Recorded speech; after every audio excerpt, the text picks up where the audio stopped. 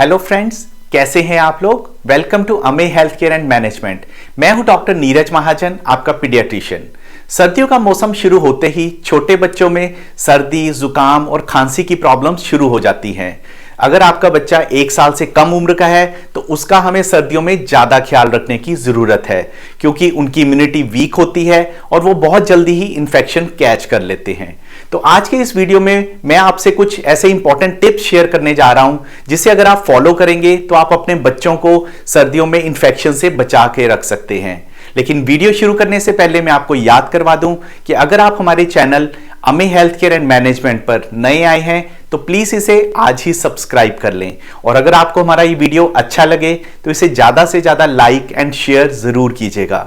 और हाँ, bell notification को प्रेस करना मत भूलिएगा ताकि आपको हमारी वीडियोस की अपडेट मिलती रहे।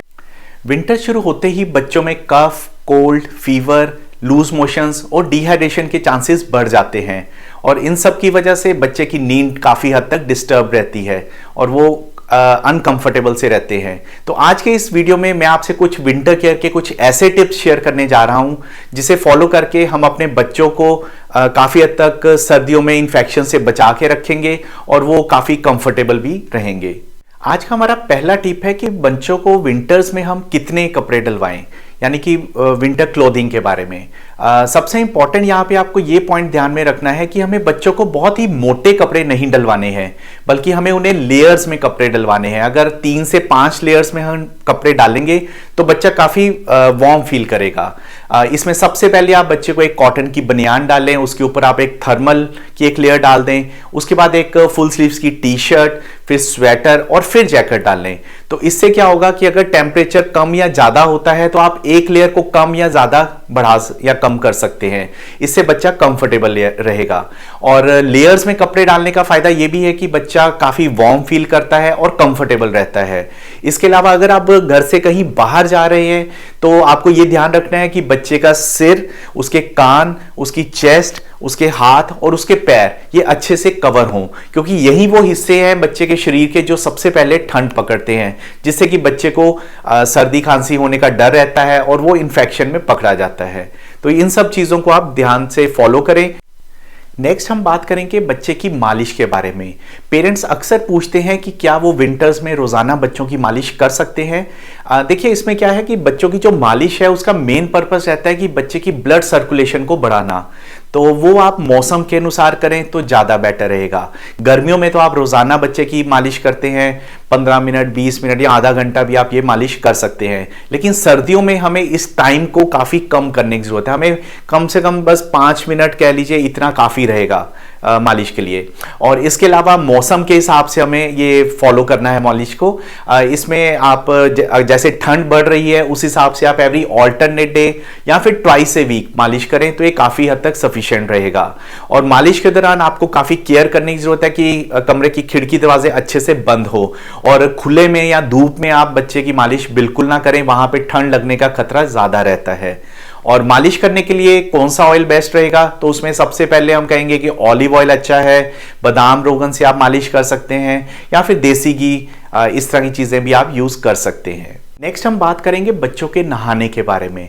पेरेंट्स अक्सर पूछते हैं कि क्या वह सर्दियों में बच्चों को रोज़ाना नहला सकते हैं। देखिए, यहाँ पे भी मैं यही बताना चाहूँगा कि आप बच्चे की स्पॉन्ज तो है वो डेली कर सकते हैं, लेकिन नहाने के लिए मौसम के हिसाब से ही हमें देखना पड़ेगा। आप एवरी ऑल्टरनेट डे और ट्वाइस ए वीक नहा सकता है बच्चा आपका।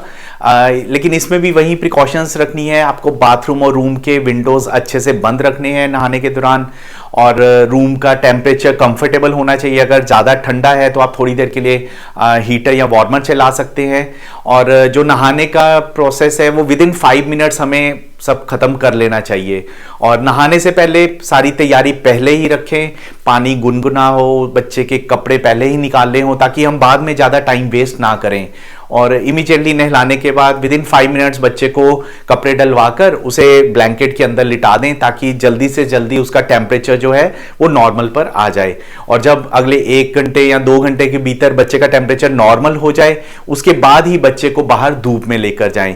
कई पेरेंट्स अक्सर नहाने के इमीडिएटली ठंडी बात कपड़े डलवाकर उसे बाहर ले जाते हैं कि धूप में लिटाते हैं।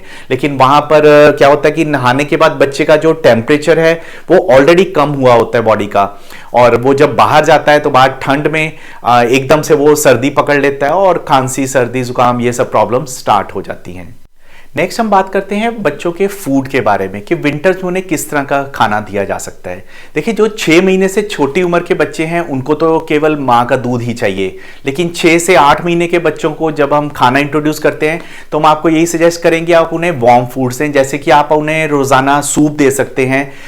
इसके अलावा उन्हें आप फ्रूट्स और जूस भी दे सकते हैं, लेकिन वो दिन के समय दोपहर के समय ही देना प्रेफर करें, और जूस को आप पहले टेस्ट कर लें, वो ठंडा और खट्टा ना हो। जो 8 से 10 महीने के बच्चे हैं या बड़ी उम्र के बच्चे हैं, आप उनको रोजाना एक बादाम की गिरी पीस कर या पाउडर फॉर्म में दे सकते हैं उनके फूड में ऐड करके। ये सब वार्म फूड से बच्चे की हेल्थ अच्छी रहेगी और वो सर्दी से भी काफी हद तक बचे रहेंगे। हमसे कई पेरेंट्स से पूछते हैं कि क्या वो अपने बच्चों को बाहर धूप में लिटा सकते हैं। जी हाँ, धूप काफ़ी फ़ायदेमंद रहती है बच्चों के लिए, उससे विटामिन डी मिलता है, कई तरह की इन्फेक्शन से बच्चे उससे फ्री रहते हैं, और इसके अलावा बच्चे काफ़ी कंफर्टेबल फील करते हैं धूप में। लेकिन धूप में बस आपको यही ध्यान रखना है कि जो धूप है सीधा उसके फेस पे ना पड़े, क्योंकि बच्चों की स्किन बहुत जल्दी टैन हो जाती है, और धूप अगर बहुत अच्छी है, तेज़ है, तो बच्चों की जो कपड़ों की लेयर्स है वो आप 1 या 2 लेयर्स कम कर सकते हैं। तो अगर हम ज़्यादा लेयर्स और ब्लैंकेट में रैप करके बाहर बच्चे को धूप में लिटाएंगे तो उसे कई बार देखा गया कि ज़्यादा हीट से ना बच्चे के स्किन पर छोटे छोटे दाने निकल आते हैं, तो वो आपको थोड़ा ध्यान रखना है। इसके अलावा बाहर धूप में आप लिटाते समय ये भी ध्यान रखें कहीं बहुत ठंडी हवा तो नहीं चल रही। अगर कुछ ऐसा है तो आप कोशिश करें कि बच्चे को अंदर रूम के अंदर अगर कहीं शीशे के थ्रू धूप आती हो तो आप वहां पर लिटाइए, तो इससे उसे ठंड भी नहीं लगेगी और बच्चा भी कंफर्टेबल रहेगा। नेक्स्ट अगर हम बात करें बच्चे की बेडिंग की, देखिए सर्दियों में अक्सर आप जब बच्चे को सुलाते हैं तो आप उसके ऊपर 1 या 2 ब्लैंकेट्स या रजाइयाँ डाल देते हैं, तो काफ़ी हद तक वो कंफर्टेबल रहता है। लेकिन अगर आप उसके बेडशीट के नीचे एक कंबल डाल देंगे तो उसे नीचे से भी काफ़ी कंफर्ट फील होगा, वार्मथ फील होगी और काफ़ी वो कंफर्टेबली सोएगा। कई पेरेंट्स ये पूछते हैं कि क्या वो सर्दियों में हीटर चला सकते हैं रूम में। देखिए, जैसे जैसे टेम्परेचर कम होता जाएगा, सर्दियों में ठंड बढ़ती जाएगी, तो रूम्स में हीटर चलाने ही पड़ते हैं। लेकिन उसमें भी हम यही कहेंगे कि ऑयल हीटर सबसे बेस्ट रहता है। लेकिन फिर भी अगर आप नॉर्मल हीटर या वो ब्लोअर्स जो होते हैं वो अगर चला रहे हैं तो वहाँ पे आपको ये ध्यान रखना है कि कमरे का जो मॉइस्चर कंटेंट है वो नॉर्मल ही रहना चाहिए, क्योंकि ये जो नॉर्मल हीटर्स या ब्लोअर्स होते हैं इनकी जो गर्म हवा है ये कमरे में जो मौजूद मॉइस्चर होता है, पानी की मात्रा होती है, उसको कम कर देता है। उससे क्या होता है कि स्किन ड्राई होनी शुरू हो जाती है और गले में भी ड्राइनेस आ जाती है, जिससे कि कफ स्टार्ट हो जाती है। तो अगर आप रूम में चला रहे हैं इस तरह के हीटर्स या ब्लोअर्स तो आप कमरे में ह्यूमिडिफायर चला सकते हैं, थोड़ा पानी एक बाल्टी में रख सकते हैं। उससे क्या है कि कमरे में मॉइस्चर कंटेंट नॉर्मल रहेगा, जिससे कि बच्चे की स्किन जो है वो ड्राई नहीं होगी और उसे कफ वगैरह की कंप्लेंट नहीं आएगी। मैं उम्मीद करता हूं कि ये टिप्स जो मैंने आपसे आज शेयर करे हैं आप इन्हें अगर फॉलो करेंगे तो आप डेफिनेटली अपने बच्चों को विंटर्स में काफ़ी हद तक इन्फेक्शन और ठंड से बचा सकते हैं। मैं उम्मीद करता हूं कि आपको हमारा ये आज का ये वीडियो अच्छा लगा होगा। अगर आपको हमारा ये वीडियो अच्छा लगे तो इसे ज़्यादा से ज़्यादा लाइक एंड शेयर ज़रूर कीजिएगा। Thanks for watching.